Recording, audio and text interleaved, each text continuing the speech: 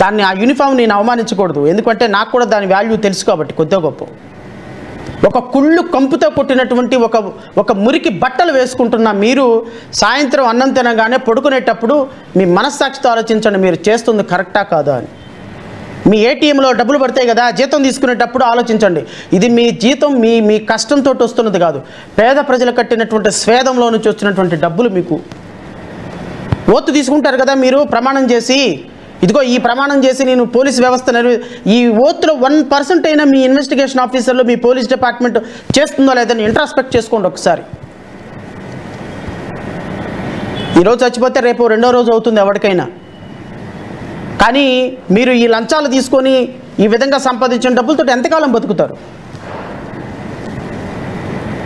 రేపొద్దున ప్రభుత్వం తారుమారు అయిపోతే మీ బతుకులు తారుమారు అయిపోతాయి. ఒక ఎస్పీ స్థాయిలో పనిచేసినటువంటి మీరు రేపు పోలీసు డిపార్ట్మెంట్ వాళ్ళు మీ ఇంటికి వచ్చి మిమ్మల్ని అరెస్ట్ చేసి తీసుకెళ్తుంటే మీ పిల్లల మానసిక పరిస్థితి ఎట్లా ఉంటుందో ఆలోచన చేయండి. ఇదిగో మీరు ఈ విధంగా కేసులు క్లోజ్ చేసి డబ్బులు తీసుకొని లంచాలు సంపాదించి ఆస్తులు కొన్న ఆస్తులన్నింటినీ ప్రతి రూపాయితో సహా నేను రాసి పెట్టుకొని చెప్తా.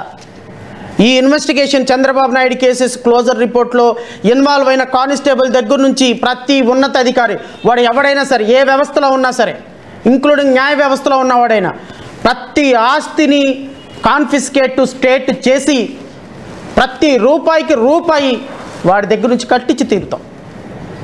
Take it as my challenge.